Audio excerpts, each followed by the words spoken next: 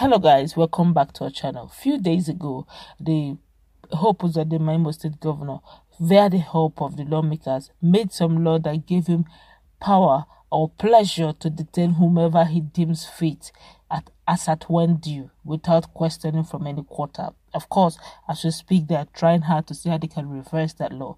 But we're actually moving down to Anambra State, where the Indegenes of Anambra are screaming and shouting that Obiano is actually sitting on their neck and they can't breathe.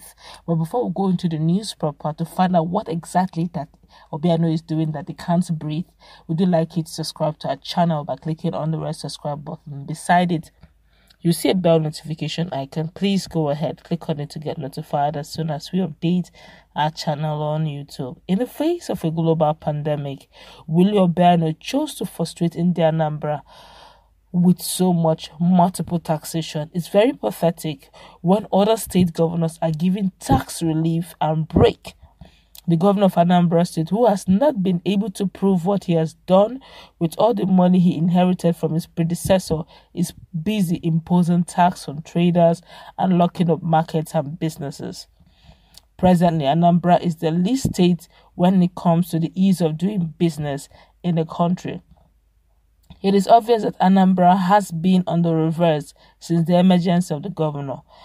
Traders have been complaining of low patronage due to the harassment their customers face in the hands of the state-hired loots when they come to buy in Onitsha. Most customers from Ondo, Benin, Warri now choose Lagos State as their favorite destination for buying. The high taxation didn't even end with traders. It was as well extended to transporters like keke riders, urban mass drivers, and others. You wonder why Asaba has taken over transportation hub from Onitsha. It is due to the uneasiness drivers face in Anambra. Everyone now prefers to move to Asaba to board a bus. Now that's very serious.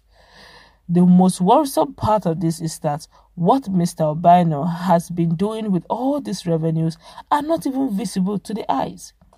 The entire sector is collapsed, bad roads everywhere, dilapidated health institutions, decaying education, and no human capital development. You still wonder why investors are no longer finding Anambra attractive.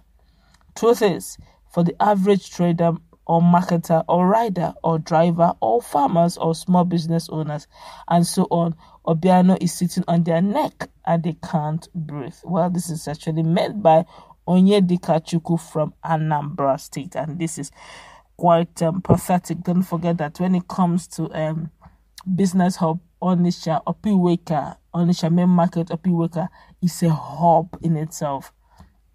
In fact, sometimes when I get down to Anambra and I try taking buses in Anambra, I usually dread that place, because the level of human traffic in the marketplace is as if the whole human beings in the world are actually in Opiweka or on that Onitsha main market. Everywhere. In fact, you can have human traffic in the name of going to buy something.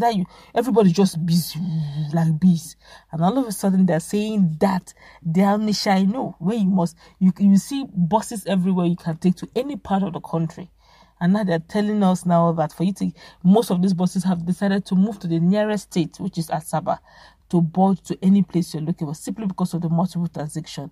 Most of these things usually have adverse effect, and if it's not properly dealt with, the beauty of Anambra being the business nerve center of southeastern region, yes, it may become something of wishful thinking. Don't forget that Ebonyi State is beginning based on the new technology and infrastructural development that the Governor Dave Umahi is doing in Ebonyi State.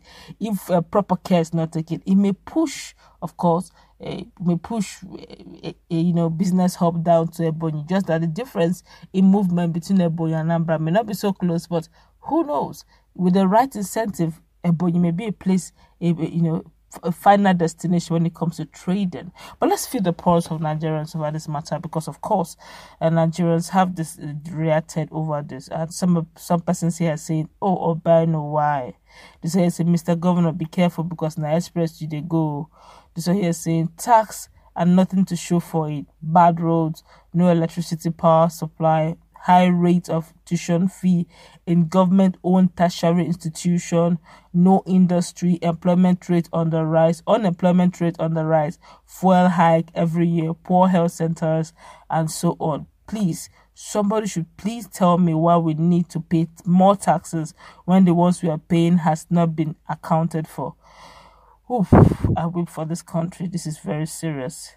This one here is saying, I've said it countless times that Obiano does not really know what he's doing in Anambra. APGA has failed woefully under Obiano.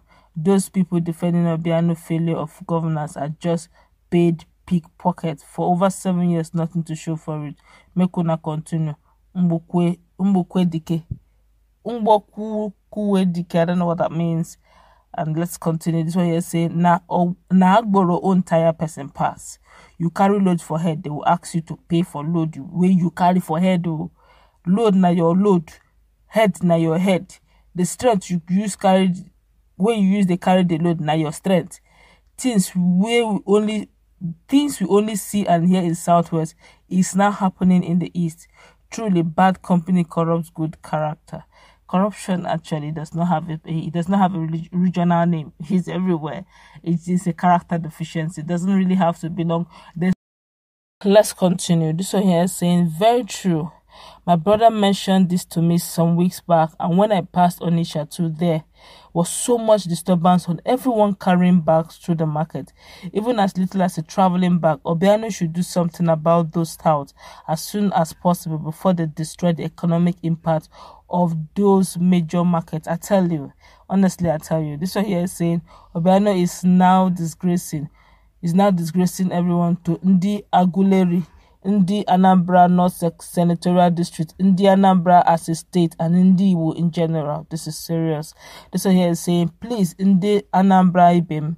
Someone asked me this question some days ago, and I had a hard time with it. Please, can someone help me with the answer? The question is, what has Obiano done for the past 8 years, putting road and visible infrastructure in consideration, apart from the pedestrian flyover in Upper Iweka and the heap of mud, that's shame, overhead bridges in Oka? I don't know, maybe Anambra people will answer that question like the young man here said. This one here is saying, Anambra means my fellow Anambra citizen. This one here is saying, the worst governor since Mba Fineju in 2003. Make me weep when I see what Obiano is turning Anambra State into. State government backed out and Agberos everywhere. The other day, I bought some loads of goods at main market, spent up to 5,000 on thoughts. My God. And Agberos from main market to Awada, that's too much. If you don't stay in Anambra, you will never understand how bad Obiano's government is. No single road in over 8 years now. Most roads in Onitsha are getting less motorable by the day. Not even one good road. From Asaba Bridge to main market is now almost 1 hour journey due to unbelievably very bad roads. In the terrible roads, all sorts of government towns and Agberos keep extorting money from Onitsha inhabitants and traders from neighboring states. The part that makes me weep is that by next year, he will bow out and will answer no one about how he made life so difficult for Onitsha and Anambra. The question I keep asking myself whenever I think about bad governance in Nigeria is there hope? Obiano, please let us breathe. It's 7 years now. Let us breathe, even if it's for this last 1 year. Well, these are Indiana brothers in Anambra Indegenes talking, but let's continue with just this one more time. This one here say, I'm setting up a medical diagnosis center along. Yeah, I placed a banner along Onitsha Owerri Expressway. I placed the banner in front of office. The next day, an officer from Anambra State Signature and Advertising Agency pasted a bid of 20,000 naira, being a license fee for outdoor on my door. They did not even wait for me to officially open the center. If not that I have invested a lot of money, I would have closed up, because if ordinary signage license could cost 20,000 naira for September to December 2020, what would they charge me for business premises plus other multiple taxation? As in, for 3 months is 20,000 naira for just putting a signpost at his door. Oh no, that's on the high side. Honestly, people are complaining here. This one, let's just take this last one. This one here saying, Obiano, Niger Street. Obiano is a failure. Niger Street, Bida Road, Okwe Street, Kano Street, Johnson Street, New Market Road, Old Market Road. All the above roads leads to main market, and all of them are very, very bad. Yet we have different types of Agbero collecting money, even from people who carry load on their head. Next year, Obiano will come back to campaign for Soludo. We are waiting for him. That's why we're going to wrap it up. What's your take on the fact that in the Anambra's Indegenes are complaining very hard that Obiano needs to let go of his leg on their neck because they can't breathe. Even for the next 1 year, they even want him to just, even if it's just 1 year, let them just breathe for the last 1 year he's going to be in the office. Let's put in a comment section. Let's interact. What's your take on what in the Anambra?